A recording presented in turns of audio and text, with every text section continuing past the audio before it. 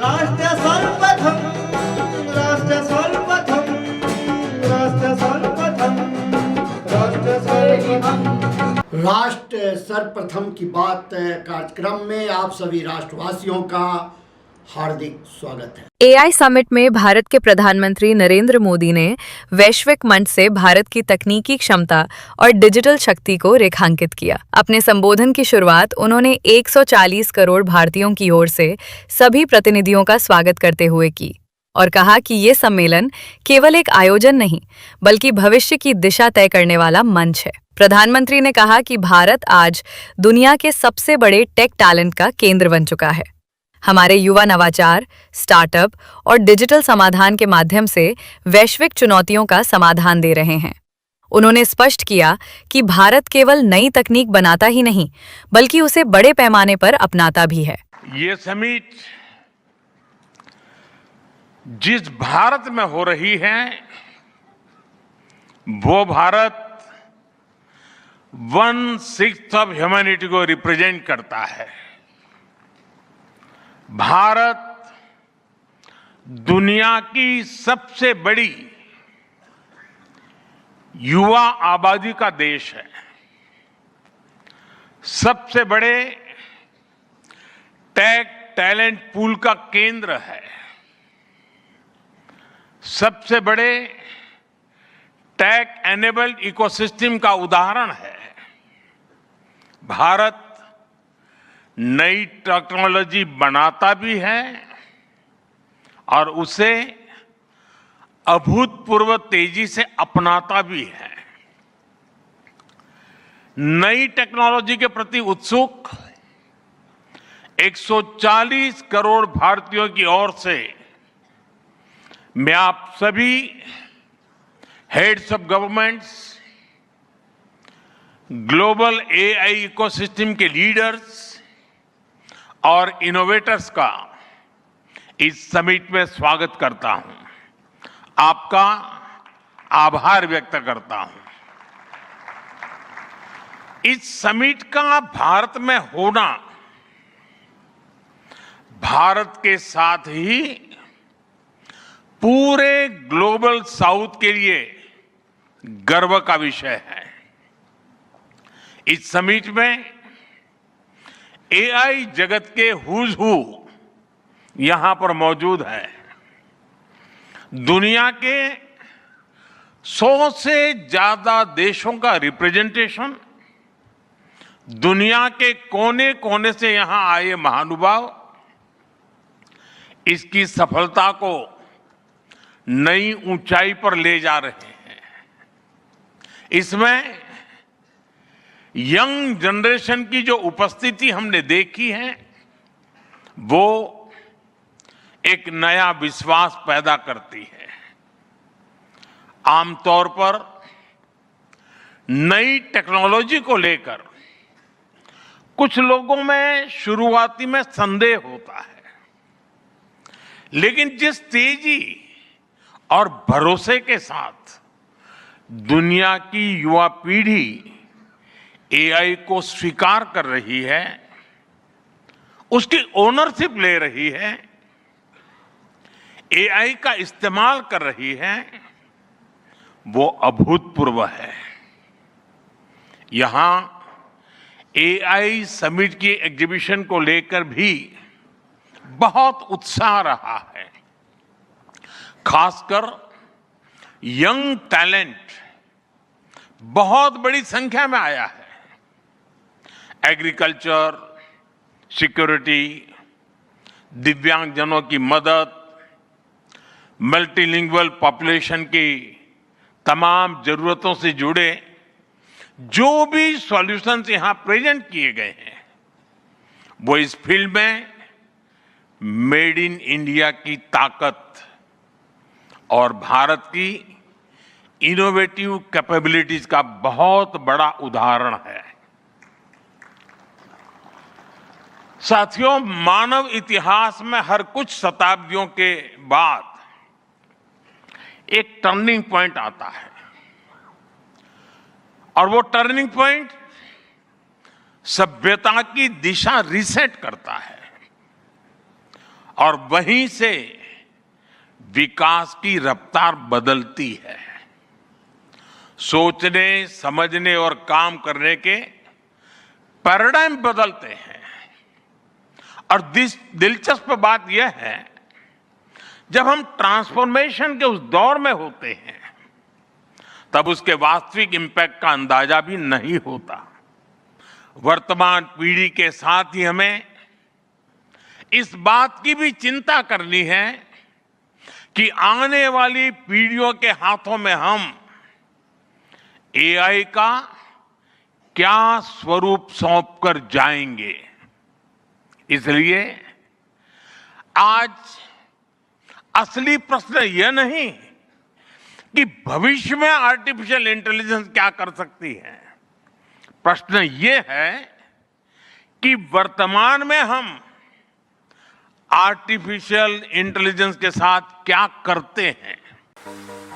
दिल्ली में आज 25 नई अटल कैंटीन का उद्घाटन किया गया। कार्यक्रम में दिल्ली के उपराज्यपाल विनय सक्सेना, सीएम रेखा गुप्ता सहित केंद्रीय राज्य मंत्री हर्ष मल्होत्रा, कैबिनेट मंत्री आशीष सूद और विधायक अनिल गोयल सहित अन्य जनप्रतिनिधि और स्थानीय नागरिक उपस्थित रहे। इस अवसर पर सभी नेताओं द्वारा गीता कॉलोनी स्थित अटल कैंटीन में भोजन भी किया गया।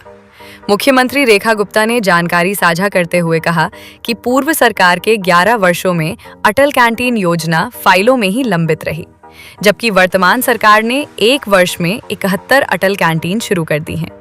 उनके अनुसार इन कैंटीनों में प्रतिदिन लगभग 71,000 थालियां परोसी जाएंगी। योजना के तहत प्रत्येक कैंटीन में 5 रुपए में भोजन उपलब्ध कराया जाएगा। इसे मेहनतकश और जरूरतमंद वर्ग के लिए सम्मानजनक और पौष्टिक भोजन व्यवस्था के रूप में प्रस्तुत किया गया है। सरकार का लक्ष्य राजधानी में कुल 100 अटल कैंटीन स्थापित करना बताया गया है, ताकि दिल्ली में कोई भी मेहनतकश जरूरतमंद भूखा न सोए। दिल्ली सरकार के 1 वर्ष पूर्ण होने की पूर्व संध्या पर मोतीनगर विधानसभा क्षेत्र के जवाहर कैंप सेवा बस्ती में आज अटल कैंटीन का उद्घाटन किया गया। कैंटीन का उद्घाटन क्षेत्रीय विधायक हरीश मदन लाल खुराना ने फीता काटकर किया।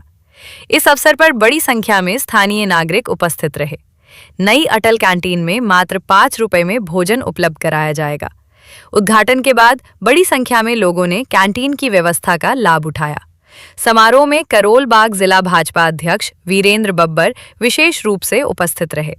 रमेश नगर मंडल अध्यक्षा दिव्या गोसाई, हरिभान दत्त मिश्रा, भाजपा दिल्ली प्रदेश कार्यकारिणी सदस्य, पूर्वांचल मोर्चा भी भाजपा कार्यकर्ताओं के साथ कार्यक्रम में शामिल हुए। DID न्यूज से बात करते हुए भाजपा विधायक हरीश मदन लाल खुराना ने बताया कि क्षेत्र में इस दूसरी अटल कैंटीन के अलावा करमपुरा में भी अटल कैंटीन खोली जाएगी। उन्होंने कहा कि क्षेत्र में गरीब जनता को बुनियादी सुविधाएं उपलब्ध कराने के साथ ये सुनिश्चित करना कि कोई गरीब भूखा न सोए, ये उनका लक्ष्य है। विधायक हरीश खुराना ने अटल कैंटीन के लिए दिल्ली की मुख्यमंत्री रेखा गुप्ता और शहरी विकास मंत्री आशीष सूद का हृदय से धन्यवाद किया। देखिए, सबसे पहले तो मैं धन्यवाद दूंगा अपने माननीय मुख्यमंत्री रेखा गुप्ता जी का कि जिन्होंने हमारा इलेक्शन के अंदर हमारा संकल्प पत्र में था कि हम दिल्ली के हर क्लस्टर के अंदर, हर सेवा बस्ती के अंदर हम अटल कैंटीन खोलेंगे। कल हमारी सरकार 1 साल पूरा होने जा रहा है, कल 20 तारीख है। मैं धन्यवाद दूंगा कि आज उसकी पूर्व संध्या के ऊपर आज दिल्ली मेरी मोतीनगर विधानसभा में दूसरी अटल कैंटीन आज खुलने जा रही है और जो हमारा प्रॉमिस था उसकी पूरे करने की शुरुआत हो गई कि हम हर क्लस्टर के अंदर, हर सेवा बस्ती के अंदर अटल कैंटीन खोलेंगे। धन्यवाद हो मेरी माननीय मुख्यमंत्री जी का, धन्यवाद हो हमारे शहरी विकास मंत्री आशीष सूद जी का, जिनके मंत्रालय के तहत एक आता है कि आज दिल्ली के अंदर 71 अटल कैंटीन खुल गई हैं आज और बहुत जल्दी 100 पूरा होगा। और मेरे क्लस्टर के जो मेरे विधानसभा है उसमें हर सेवा बस्ती के अंदर एक अटल कैंटीन होगी। लक्ष्य एक ही है, मेरा कोई भी व्यक्ति जो सेवा बस्ती में रहता है वो भूखा ना सोए और 5 रुपए में ना सिर्फ पौष्टिक आहार मिले, भरपेट आहार मिले, ये सुनिश्चित किया गया है। मैं धन्यवाद दूंगा अपने सभी क्षेत्रवासियों का कि कल 1 साल मेरे सरकार को पूरा होगा। जो प्यार उन्होंने दिया, उन्हीं के आशीर्वाद से मैं मोतीनगर विधानसभा के अंदर जो हमने विकास का एक कार्य शुरू बहुत तेज़ी गति से चल रहा है। हम आज जौहर कैंप में खड़े हैं। जौहर कैंप के अंदर पिछले हफ्ते हमने उद्घाटन किया था नालियों का और सड़कों का। आज इसी सेवा बस्ती के अंदर, जौहर सेवा बस्ती के अंदर अटल कैंटीन हो रही है। तो ऐसे ही हर मेरी सेवा बस्ती के अंदर विकास कार्य भी होंगे और हर उसके अंदर सेवा अटल कैंटीन भी खुलेगी। मकसद एक ही है, मेरे क्षेत्र का विकास हो और मेरे क्षेत्रवासियों का सेवा हो। सेवा बस्ती के अंदर कैंटीन खुलेगा। B58 का टेंडर हो गया है, उसके बाद मोतीनगर हो चुका है, उसके बाद हमारा वो जो उधर करमपुरा का क्षेत्र रह गया उसमें हो जाएगा। तो 3 अटल कैंटीन अगले कुछ दिनों में खुल जाएंगे। वहीं भाजपा जिला अध्यक्ष वीरेंद्र बब्बर ने भी इस अवसर पर अपने विचार रखे। उन्होंने कहा कि समाज के अंतिम व्यक्ति की जरूरत पूरी करने और पोषण की आवश्यकता को पूरा करने के लिए पूरी दिल्ली की इस 71वीं अटल कैंटीन को खोला गया है और मात्र 5 रुपए की टोकन राशि के साथ एक पोषण युक्त भोजन को क्षेत्र के किसी भी व्यक्ति द्वारा प्राप्त किया जा सकता है। देखिए, भारतीय जनता पार्टी के संस्थापक नेता जनसंघ के समय से जिन्होंने विचारधारा के नाम पर भारतीय जनता पार्टी की स्थापना की थी, आदरणीय श्रद्धेय श्री अटल बिहारी वाजपेयी जी के याद में आज के हमारे देश के प्रधानमंत्री, विश्व के सबसे लोकप्रिय नेता श्री नरेंद्र मोदी जी और हमारी आदरणीय दिल्ली की मुख्यमंत्री बहन रेखा गुप्ता जी समाज के अंतिम व्यक्ति की आवश्यकताओं को किस प्रकार से पूरा किया जा सकता है, सम्मान के साथ किस प्रकार से उसको सस्ता भोजन दिया जा सकता है, पोषण की दृष्टि से चाहे वो कोई बच्चा हो चाहे कोई बड़ा हो उसको किसी प्रकार की कोई कमी ना रहे, हमारी दिल्ली के अंदर कोई व्यक्ति रात को भूखा ना सोए, इन सब की चिंता करते हुए आज दिल्ली के अंदर इस 71वीं अटल कैंटीन का जो शुभारंभ है हमारे विधायक श्री हरीश खुराना जी की विधानसभा मोतीनगर में हुआ है। समाज के अंतिम व्यक्ति की आवश्यकताओं को पूर्ता करने के लिए भारतीय जनता पार्टी की सरकार, नरेंद्र मोदी जी की सरकार, NDA की सरकार कटिबद्ध है। दिल्ली के अंदर बहन रेखा गुप्ता जी ने आदरणीय प्रधानमंत्री श्री नरेंद्र मोदी जी की नीतियों पर चलते हुए और हमारे हरीश खुराना जी ने प्रयास करते हुए कि उनकी विधानसभा में कोई भी सेवा बस्ती बिना इस अटल कैंटीन के ना रह जाए, किसी सेवा बस्ती में कोई वहाँ का क्षेत्रीय निवासी भूखा ना सोए, इसकी चिंता करते हुए सम्मान के साथ 5 रुपये मात्र टोकन राशि के ऊपर इस कैंटीन का शुभारंभ किया है, जहां हम सब लोग 5 रुपये दे करके भोजन को कर सकते हैं, जो पौष्टिक भोजन होगा, एनर्जेटिक भोजन होगा और जिससे जो है जो मजबूर आदमी है, जो जरूरतमंद आदमी है, उसकी पूर्ति होगी। असम दौरे पर पहुंचे भाजपा अध्यक्ष नितिन नबीन ने बूथ स्तरीय बैठक में कार्यकर्ताओं और स्थानीय नागरिकों को संबोधित किया। संगठन की मजबूती को चुनावी सफलता की बुनियाद बताते हुए उन्होंने कहा कि बूथ ही पार्टी की असली ताकत है। अपने संबोधन में नबीन ने स्पष्ट कहा कि राजनीति में कोई भी काम छोटा नहीं होता। उन्होंने कार्यकर्ताओं से आग्रह किया कि यदि जरूरत पड़े तो 2 पायदान नीचे उतरकर भी काम करने से पीछे न हटे, क्योंकि जमीनी स्तर पर किया गया परिश्रम ही जन विश्वास को मजबूत करता है। उन्होंने ये भी कहा कि जन्मभूमि चाहे जहां की हो, कर्म भूमि को आगे बढ़ाना सच्ची सेवा है। पूरी पार्टी आज इस बूथ पे आ गई तो वो बूथ तो मजबूत होगा ना। मेरे आने का फायदा ये मिलना चाहिए पार्टी का कि पूरी पार्टी जब उस बूथ पे पहुंच गई है तो उस बूथ का एक भी वोट इधर उधर नहीं जाना चाहिए, केवल कमल और कमल पे होना चाहिए। लोगों से मिलना है और उनको बताना है कि क्या परिवर्तन NDA और भाजपा की सरकार से आने से हुआ है। मैं तो कहूंगा कि सबसे बड़ा काम जो हमारे लोग यहाँ पर मजदूर भाई लोग का पूरा परिवार रह रहा है, उनका सम्मान किसी ने बढ़ाया तो आपकी सरकार नरेंद्र मोदी ने बढ़ाया है। कभी हम लोग सोचे थे कि हमारा भी बैंक अकाउंट खुलेगा, 10 साल 15 साल पहले लगता था कि जो कभी बैंक का कई लोग दरवाजा तक नहीं देखे थे, लेकिन आज मोदी जी ने हम सबका सम्मान बढ़ा दिया है, बढ़ाया है ना। तो मोदी जी के ताकत और बढ़ाना पड़ेगा हम लोग को। तो मोदी जी ने हम लोग सबको सम्मान बढ़ाया है, तो हम लोग भी असम में मोदी जी का सम्मान दुगुना बढ़ा कर देंगे। और साथ ही साथ मैं अपने सभी कार्यकर्ताओं से हमेशा कहता हूं, कोई काम को छोटा मत समझिएगा। अगर राजनीति में आगे बढ़ना है तो हमेशा 2 पायदान नीचे उतर कर काम करना चाहिए। अगर हमारा मंडल अध्यक्ष शक्ति केंद्र से बूथ पे चला जाए और हमारा बूथ अध्यक्ष घर घर संपर्क में अपने पन्ना प्रमुख के साथ उतर जाए तो कोई ताकत नहीं है जो भाजपा को किसी बूथ पे हरा पाएगी। इसलिए मैं आप सबको शुभकामना देने आया हूं यहाँ की सरकार ने भी आपका सम्मान बढ़ाने का बहुत बड़ा काम किया। 200 वर्षों से जो लैंड जमीन का जो पट्टा का मामला था, जो लगता था कि हम लोग को कब हम दूसरे जगह से आके अपना पूरा परिवार यहाँ पर अपना जीवन दे चुके हैं, तो यहाँ हमें क्या मिलेगा। लेकिन मुझे बधाई देता हूँ यहाँ की सरकार को, यहाँ के सभी विधायकों को और माननीय सांसद जी और सभी अपने पार्टी के अध्यक्ष को कि उन्होंने देश के कोने से सैकड़ों वर्ष पुराने समय से लोग जो यहाँ आए वो आज यहाँ पर अपने जमीन का पट्टा पाकर अपना सम्मान बहुत बड़ा मिला है। सरकार ने आपके मेहनत को, आपके परिश्रम को, आपके समर्पण को सम्मान दिया है। इसलिए इस राज्य के विकास में पूरा योगदान देना है। मेरी जन्मभूमि कुछ भी होगी, कर्म भूमि ये है, इस कर्म भूमि को सींचकर असम में हमेशा एक नई ऊर्जा के साथ असम को बढ़ाना है। बढ़ाएंगे ना सब कोई मिलकर? बोलिए, बढ़ाएंगे ना? तो असम को विकसित असम बनाना है 2047 में। माननीय प्रधानमंत्री जी ने कहा है कि 2047 में हमको विकसित भारत बनाना है, तो एक एक भारतीय को 2047 में पूरा अपना योगदान देना होगा। तो असम प्रांत में रहने वाले सभी नागरिक भी 2047 में असम विकसित कैसे बने, इस सपने को साकार करना है। माननीय मुख्यमंत्री जी हेमंत बिश्व शर्मा, हमारे विधायक, हमारे सांसद, हमारे केंद्रीय मंत्री सब आपके साथ सेवा के भाव से काम करेंगे।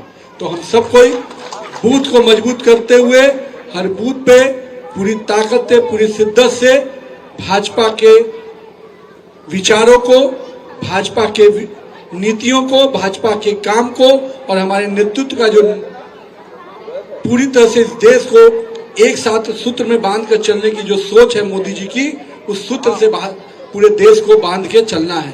तो मैं आज सब अपने बूथ के सभी कार्यकर्ताओं को, अपने यहाँ पर आए हुए सभी पन्ना प्रमुख कार्यकर्ताओं को, अपनी बड़ी संख्या में अपनी माता बहनों को और अपने सभी युवा साथियों को बहुत बहुत अभिनंदन करता हूँ। मैं आश्वस्त हूँ कि डिब्रूगढ़ में, तिनसुकिया में 26 की 26 सीटें भाजपा की झोली में जाएंगी।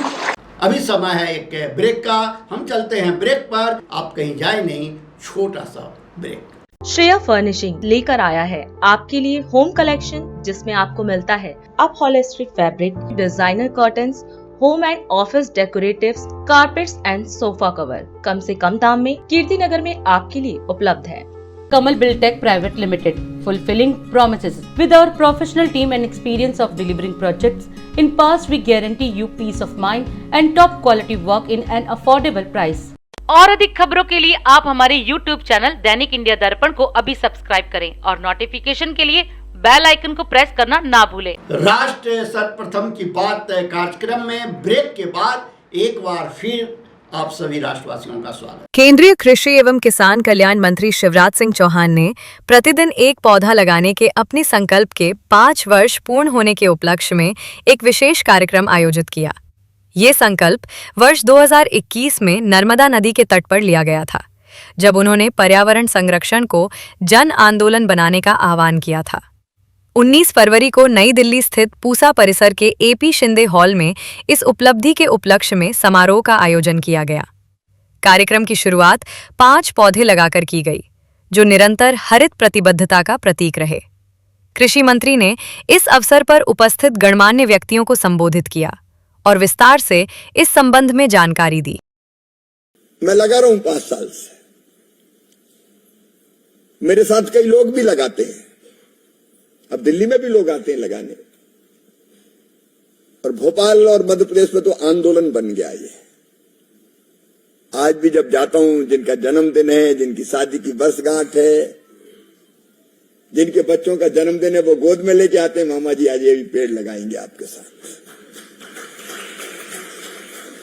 तो एक आंदोलन का स्वरूप इसको मिल गया। मुझे लगा कि एक व्यापक मंच और बनना चाहिए, और उसमें से एक अमृत बिंदु था पर्यावरण की रक्षा, नदियों की रक्षा और पर्यावरण की रक्षा के लिए पेड़ लगाने का अभियान। तो उसी में से निकली कि नहीं, नर्मदा जी को बचाने के लिए अभियान चलाया जाए, नर्मदा सेवा यात्रा। और तब नर्मदा सेवा यात्रा की भूमिका बनी। 11 दिसंबर को यात्रा प्रारंभ हुई। 11 दिसंबर 2016 में, और 2017 को 16 मई को यात्रा का समापन हुआ। गांव गांव हजारों लोग, लाखों लोग जुड़े, एक गांव से दूसरे गांव, दूसरे गांव से तीसरे गांव, और जगह जगह कार्यक्रम, उन कार्यक्रमों में महापुरुषों का आगमन, और एक वातावरण बना कि नर्मदा जी के दोनों तटों पर पेड़ लगेंगे, नदी बचाएंगे, स्वच्छता, बेटी बचाओ, कई तरह के अभियान और जुड़े। और सेवा यात्रा की समाप्ति पर तय हुआ कि 2 जुलाई 2017 को नर्मदा जी के दोनों तटों पर केवल 1 किलोमीटर तक नहीं, फिर क्योंकि उतने पेड़ नहीं लग पाते, तो मां नर्मदा के कैचमेंट एरिया में पेड़ लगेंगे, पेड़। और एक दिन में 6 करोड़ पेड़ मध्य प्रदेश वासी लगाएंगे। 16 जिलों में अभियान चला। और दीदी मां, अनिल जी, आशुतोष जी, मैं आपको बताना चाहता हूं, लगभग 15 लाख लोगों ने 6 करोड़ 60 लाख पेड़ एक दिन में दोनों तटों पर लगा दिए। 50-50 किलोमीटर दूर तक पेड़ लगाना मतलब संपूर्ण संसार की सेवा है, संपूर्ण संसार की सेवा। इसलिए पेड़ लगाने के इस अभियान को महाअभियान बनाए, इस विचार से ही आज का कार्यक्रम किया।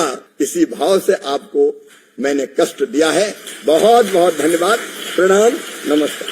दिल्ली को विकास की एक और बड़ी सौगात मिली, जहां करोड़ों रुपए की लागत से जल बोर्ड की महत्वपूर्ण परियोजनाओं का शिलान्यास किया गया। मुख्यमंत्री रेखा गुप्ता ने कार्यक्रम में उपस्थित जन समूह को संबोधित करते हुए कहा कि राजधानी में जल आपूर्ति व्यवस्था को मजबूत करना सरकार की प्राथमिकता है। उन्होंने बताया कि नई पाइपलाइन के माध्यम से घर घर स्वच्छ पेयजल पहुंचाने का काम तेजी से किया जाएगा। मुख्यमंत्री ने विशेष रूप से नारायणा गांव का उल्लेख करते हुए कहा कि लगभग 40 वर्षों बाद यहां नई पानी की पाइपलाइन बिछाई जाएगी, जिससे लंबे समय से जल समस्या झेल रहे लोगों को राहत मिलेगी। आज का ये कार्यक्रम बहुत महत्वपूर्ण है पूरी दिल्ली के लिए, विशेष रूप से इस राजेंद्र नगर विधानसभा के लिए, आपकी आसपास की सभी विधानसभाओं के लिए, क्योंकि हमारे जल मंत्रालय ने, हमारे जल मंत्री भाई परवेश साहब सिंह वर्मा जी ने इस पूरे क्षेत्र को इस कम समय में वो सौगात दी है जिसके लिए हमारा ये क्षेत्र वर्षों से तड़प रहा था पानी की कमी के कारण। मैं पिछली बार भी जब बांसुरी जी आपके क्षेत्र में एक जनसभा थी, मैं आई थी, लोगों के मन में एक ही बात थी कि हमारे एरिया में पानी नहीं है, पानी नहीं है। पर मुझे खुशी है कि आज 990 करोड़ की लागत से टोडापुर, दशघरे और ओल्ड राजेंद्र नगर, न्यू राजेंद्र नगर, नारायणा गांव, इंदरपुरी, इन सब में नई पाइपलाइन के माध्यम से पानी लाने की व्यवस्था की जा रही है।